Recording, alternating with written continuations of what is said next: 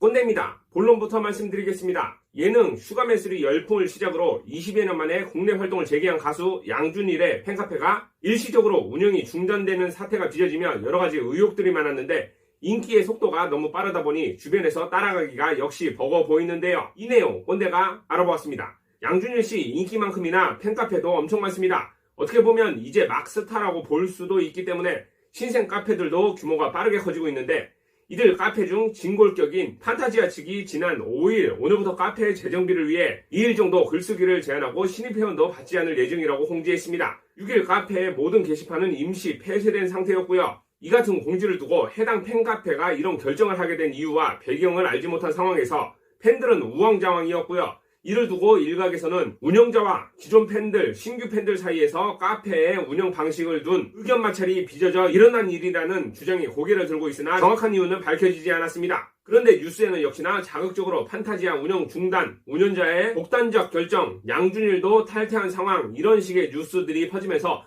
논란이 엄청나게 확대되었고요. 이토록 말많은 판타지아는 실제로 양준일의 팬카페 중 가장 규모가 큰 커뮤니티로 사실상 공식 팬카페 계정으로 간주되었습니다. 양준일이 JTBC 예능 슈가맨3에 출연하기 전까지 회원 규모가 약 7,000명 정도였으나 방송 출연 뒤 그의 인기가 치솟자 회원수가 6만 명을 돌파했다고요. 이런 인기 급상승 카페의 논란과 양준일을 둘러싼 말들이 자꾸 번졌지만 양준일이 게재한 누구나 실수한다는 대인배쩌는 선함 가득한 글에 상황은 말끔히 정리되었는데 끝내 너무 부담이었는지 의혹만 불러일으킨 양준일 팬카페 판타지아 운영자는 저는 카페지기를 내려놓겠다. 저는 결단코 사심을 갖고 카페를 운영하지 않았다. 카페가 폐쇄 위기를 겪었을 때 그저 양준일 가수의 추억이 담긴 이곳이 폐쇄되는 것이 두려워 여러분의 투표로 카페지기가 됐고 한 달 사이에 커지는 팬카페의 덩치를 새 실감하기도 전에 팬미팅 등 당면한 과제만 일단 해결해 보고자 하는 마음으로 버텼을 뿐이라고 밝혔습니다. 이어 카페지기를 내려놓을 마음으로 우선 전문적인 서포터를 뽑고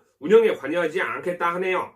마무리입니다. 꼰대가 볼 땐 갑작스러운 관심에 당황하였겠지만 팬카페 임시 폐쇄에 대한 운영진의 설명이 전혀 없었고 굳이 잘못하는 것도 없는데 연락 두절까지 한 건 좀 아닌 것 같습니다. 어떤 식으로든 규모가 커진 만큼 운영 과정에 책임을 보였어야 하지 않았나 싶기도 하고요. 그러나 이미 벌어진 일, 수습 잘된 일, 이번 일이 차라리 양준일 팬카페 운영 방침이 보다 공식적이고 체계적으로 변할 수 있는 전화위복의 계기가 될 것으로 보여 홍역을 잘 치렀다고 생각됩니다만